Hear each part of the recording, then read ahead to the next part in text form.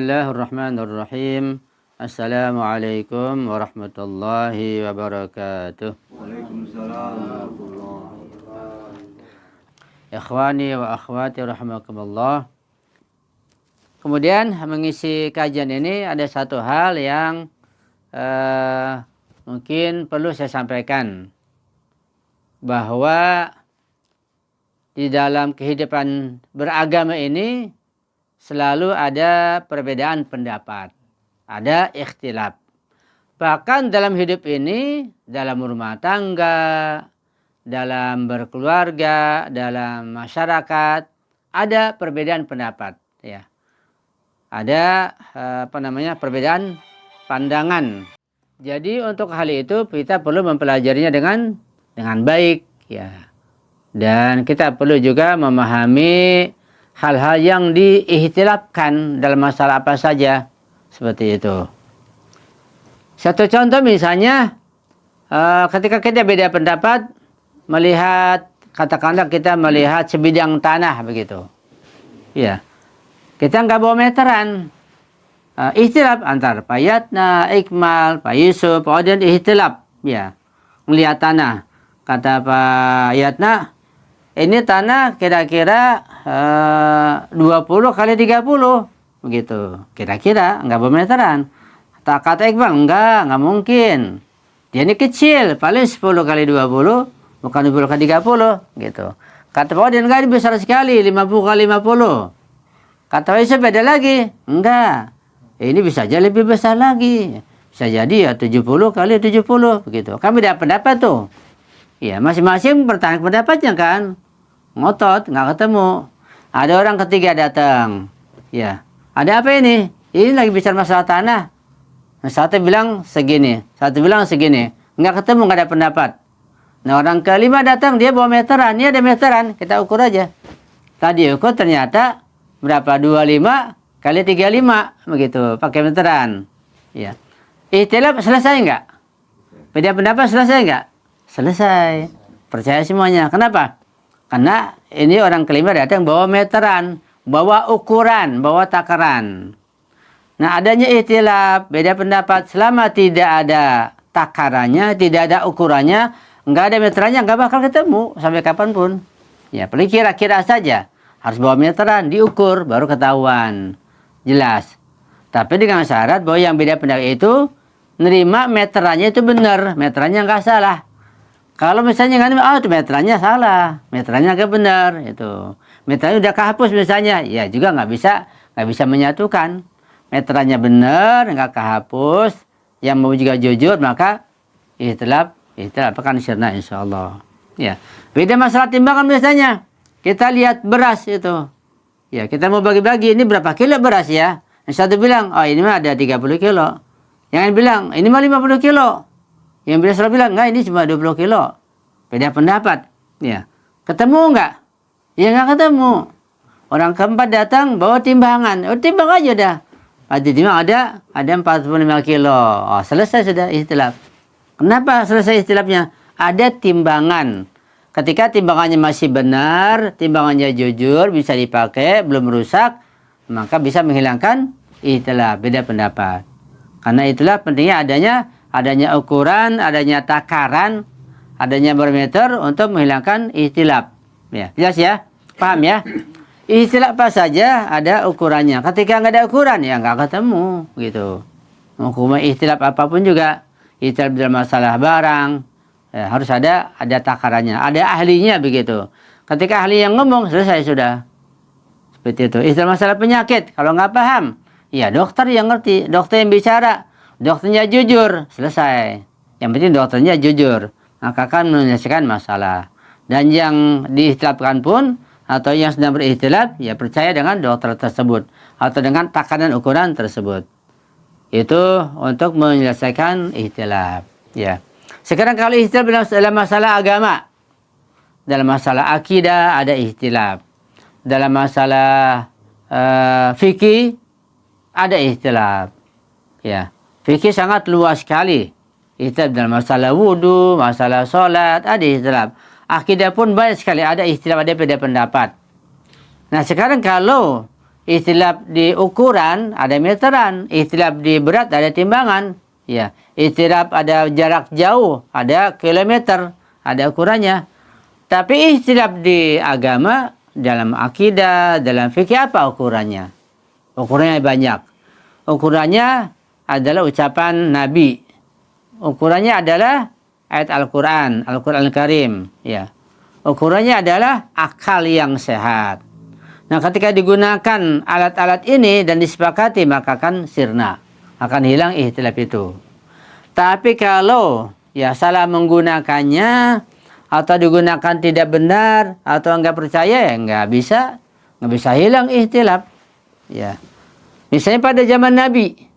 Pada zaman Nabi ada ikhtilaf enggak? Ada ikhtilaf, beda pendapat. Ya. Ketika mereka beda pendapat, ya, Nabi menerima wahyu, Nabi menyampaikan, ikhtilaf selesai. Kenapa? Masih ada tolok ukurnya, yaitu Nabi, sabda Nabi, pembimbingnya. Ya. Nah, setelah Nabi meninggal, ada ikhtilaf, ada beda pendapat. Sulit disatukan. Nah, dari sinilah, sejak Nabi wafat, beda pendapat antara sahabat nggak bisa disatukan, sampai hari ini melahirkan beda pendapat. Ada ahli sunnah, ada syiah, ada wahabi. Ya. Bahkan ikhtilaf juga dalam masalah agama. Ada Kristen. Bahkan disebut ikhtilaf. Ada Kristen Katolik kan. Ada Protestan. Ada Ortodok. Ada macam-macam. Dalam Kristen pun agama mereka ada ikhtilaf juga. Dan nggak bisa disatukan juga. Ada lagi Buddha. Ada lagi Hindu. Ada lagi Konghucu. Macam-macam agama ikhtilaf.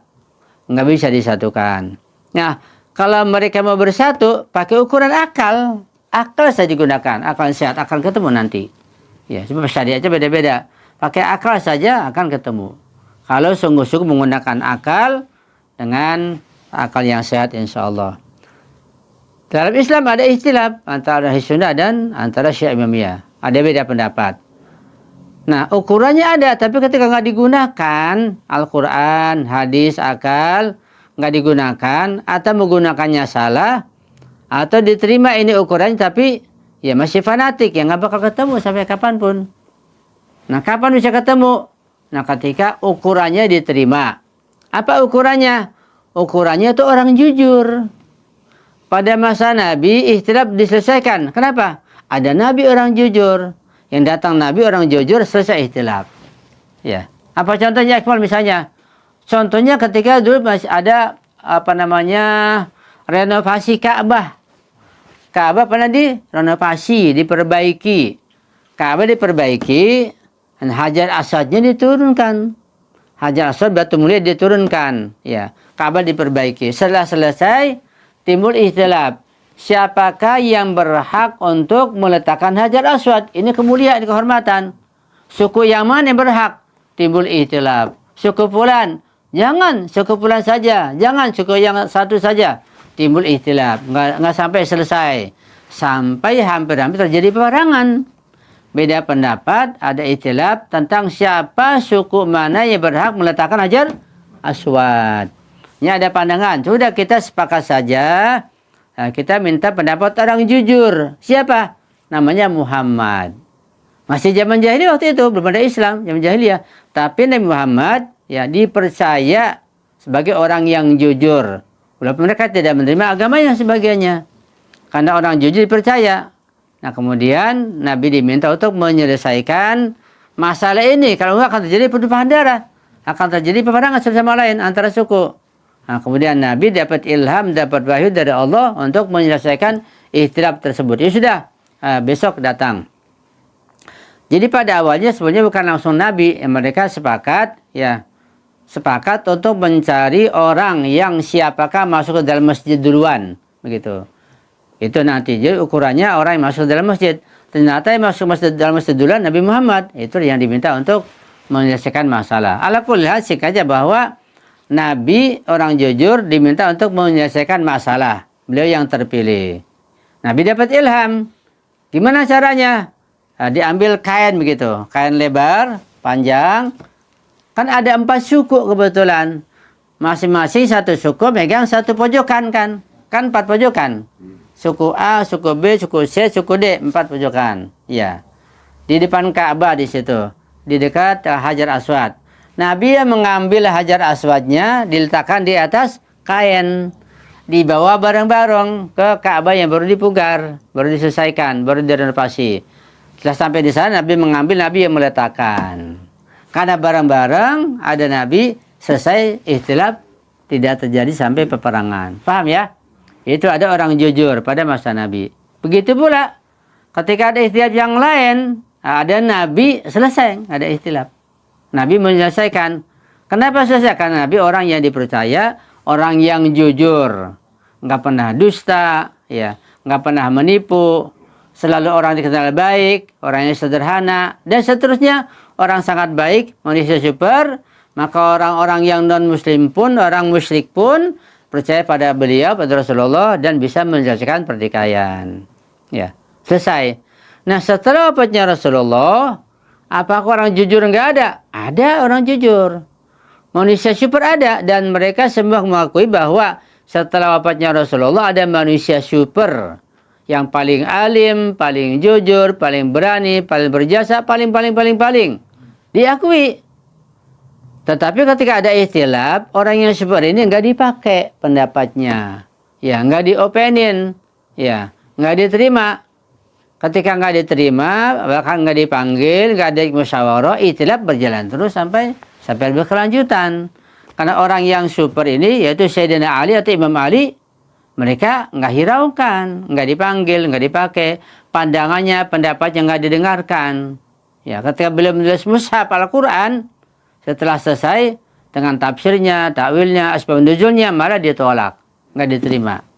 Ikhtilaf nggak bisa selesai karena Imam Ali sebagai tolok ukur untuk ikhtilaf ini tidak diterima. Setelah Imam Ali meninggal, datang Imam Hasan, juga orang yang jujur, yang alim, yang pandai, cucu Rasulullah, nggak diterima juga. Imam Husain bahkan bukan saya nggak diterima, dibantai. Kemudian Imam Sajjad, sampai terus imam berikutnya, Imam Ja'far Shadiq sampai berikutnya dibantai terus. Nah, ini orang-orang jujur, orang alim, orang pandai, orang yang mengerti, kan bisa menyelesaikan ikhtilaf. Nanti akan damai, akan datang keberkahan, datang keadilan, datang kesejahteraan, malah ditolak. Akibatnya timbul ya saling bunuh-membunuh, terjadi peperangan, tidak adanya keberkahan, tidak keamanan, karena orang jujur dia tolak. Begitu. Sampai pada masanya Imam Mahdi lahir, Imam Zaman, jadi imam, ditolak juga. Jadi gaib. Nggak bisa selesai. Jadi sejak masa setelah wafatnya Nabi, setelah meninggalnya Nabi sampai hari ini.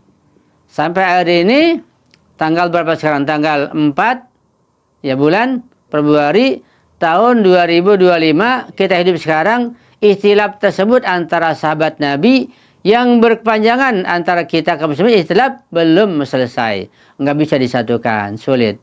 Kenapa sebabnya? Karena masing-masing ya tidak menerima orang yang jujur. Ya. Nanti ketika Imam Zaman atau Imam Mahdi datang dengan izin Allah, Nabi bisa turun dari langit, karena bisa nggak mati. Kata orang Kristen bisa itu dibunuh, enggak. Kata Allah di Al-Quran, wa ma qataluhu wa ma salabuhu walakin syubbiha lahum. Nabi Isa enggak dibunuh, enggak disalib, tapi diserupakan dengan mereka. Di ayat yang lain, bar rafa'ahullahu ilaih, Allah angkat Nabi Isa ke alam barzah. Jadi alam dunia, alam rendah, ada alam yang tinggi, alam langit, namanya alam barzah. Di sana para nabi hidup. Ada Nabi Isa, Nabi Idris, Nabi yang lain. Di sana orang meninggal dunia juga di alam barzah. Sangat luas tingkat-tingkat. Nabi Isa nanti pada ketika Imam Zaman sudah muncul, Imam Mahdi datang, Nabi Isa turun. Turun. Karena Nabi Isa dan Imam Mahdi ini diterima di kalangan masyarakat, maka bisa menyelesaikan masalah. Jadi ahli sunnah wal jamaah dan syiah imamiyah akan bersatu sepenuhnya, tidak lagi ikhtilaf, ibadahnya sama semuanya, wudunya, sholatnya, ibadah hajinya, puasanya, dalam urusan-urusan politik, sosial, rumah tangga, dalam semua urusan enggak ada ikhtilaf nanti pada masa Imam Zaman datang, pada masa Imam Mahdi datang. Kenapa? Karena Imam Mahdi diterima. Imam Mahdi diterima oleh semua agama, mau Kristen, mau Katolik, mau Protestan, mau Buddha, mau Hindu, Islam, semuanya menerima kehadiran Ratu Adil, Imam Mahdi, Imam zaman yang akan meratakan keadilan di seluruh dunia. Nah, ketika ukurannya atau tolak ukurnya datang dan diterima, maka selesai ikhtilaf. Paham ya? Jadi kita semuanya menunggu kedatangan Imam Mahdi, Imam zaman. Yang kita tadi bertawasul pada beliau. Yang kita katakan, ya wajihan indallah isfa'lana indallah. Beliau melihat kita, memperhatikan kita, ya. Sangat sedih kalau kita ini malas belajar. Beliau sangat sedih kalau kita malas sholat, malas mengaji. Sangat sedih kalau kita ini susah, kita malas bekerja, begitu. Ya, beliau selalu perhatian, mendoakan kita, membantu kita, dan bahkan membimbing kita semua umat manusia. Ya. Nah, jadi singkatnya bahwa ketika datang Imam zaman nanti, Imam Mahdi datang nanti, maka tidak ada yang namanya ikhtilaf. Semuanya bersatu. Syariat satu ketika itu. Itu kembali pada Al-Quran. Huwallazi arsala rasulahu bil huda wa dinil haq liyudhhirahu 'ala ad-din kullih walau karihal kafirun.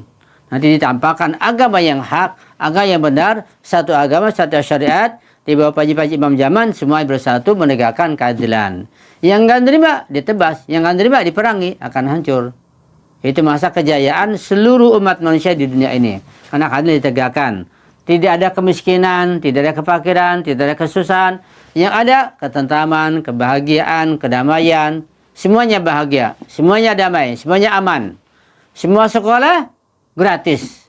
Pendidikan nggak ada yang bayar. Semua rumah sakit, obat-obatan gratis, nggak ada yang bayar. Ya, luar biasa. Buah-buahan melimpah ruah, makanan melimpah ruah. Ya, masing-masing punya mobil, punya rumah gedung. Enak nggak kira-kira? Nggak mikirin obat sakit, nggak mikirin dokter, nggak mikirin kontrakan, nggak ada yang kontrak. Ya, nanti orang punya rumah banyak mau dikontrakin, nggak ada, nggak laku. Jangankan nanti, sekarang ini. Ya, saya punya family di Jawa itu, ada rumahnya nganggur, sih bagus. Karena anak-anak pada merantau di sana, nggak ada yang ngontrak. Ya di desa saya mau ngontrak. Jadi rumah nganggur, kosong, akhirnya rusak sendiri. Dan itu di desa-desa banyak. Rumah yang nganggur, nggak ada yang ngontrak, akibatnya rusak. Itu sekarang. Pada masih zaman nanti rumah bagus-bagus, kelebihan, yang nggak ada yang ngontrak. Orang dikasih saja, kadang-kadang juga nolak. Ya. Sekarang aja kalau antum ke Kuwait misalnya, orang kaya semuanya, antum punya makanan lebih, antum bingung mau ngasih ke siapa ini? Semuanya orang kaya. Anda pernah di sana masalahnya. Antum punya pakaian masih baru, bagus, mau ngasih orang. Nggak enak, malu, semuanya orang kaya. Mobilnya bagus-bagus. Gitu. Ini sekarang terjadi. Nanti apalagi pada masa Imam zaman, orang kaya semuanya. Ya, orang punya semuanya. Ada perlu uang. Katanya punya uang, tuh ambil sendiri uang di laci, ambil sendiri. Terserah berapa aja, saking banyaknya uang gitu. Ya, ya kayak orang misalnya punya uang triliunan. Ada orang minjem tetangganya cuma 1 juta, yaudah ambil sendiri 1 juta, uang triliunan, recehan. Nanti begitu pada masa zaman. Ikhtilaf tidak ada, yang ada kesejahteraan insya Allah. Amin ya rabbal alamin. Kita sampai kepada pada masa tersebut. Nah, kalau kita meninggal, kita mohon dibangkitkan, jumpa dengan Imam zaman, Imam Mahdi, dan kita mergu syahadah bersama beliau. Karena itu kita harus rajin baca doa al-ahad. Doa al-ahad dibaca tiap pagi sampai hafal. Dibaca, dipahami juga maknanya. Dan konsekuensi artinya, maksudnya juga diamalkan. Nanti kita, kalau kita nggak jumpa Imam zaman, kita keburu meninggal, kita rajin baca doa al-ahad tiap pagi, maka nanti kita dibangkitkan, kita dihidupkan, kita jumpa Imam zaman. Ketemu para imam, ketemu Rasulullah, ketemu para imam ma'asum, luar biasa. Itu masa kejayaan yang luar biasa di dunia ini. Tidak kebahagiaan yang seperti itu selama ini. Ya, insya Allah minarabbil amin. Pada saat sekian, kita buka diskusi dan jawab. Bagi yang punya pertanyaan dipersilakan. Ya, sallu ala Muhammad wa ali Muhammad. Allahumma salli ala Muhammad wa ali Muhammad.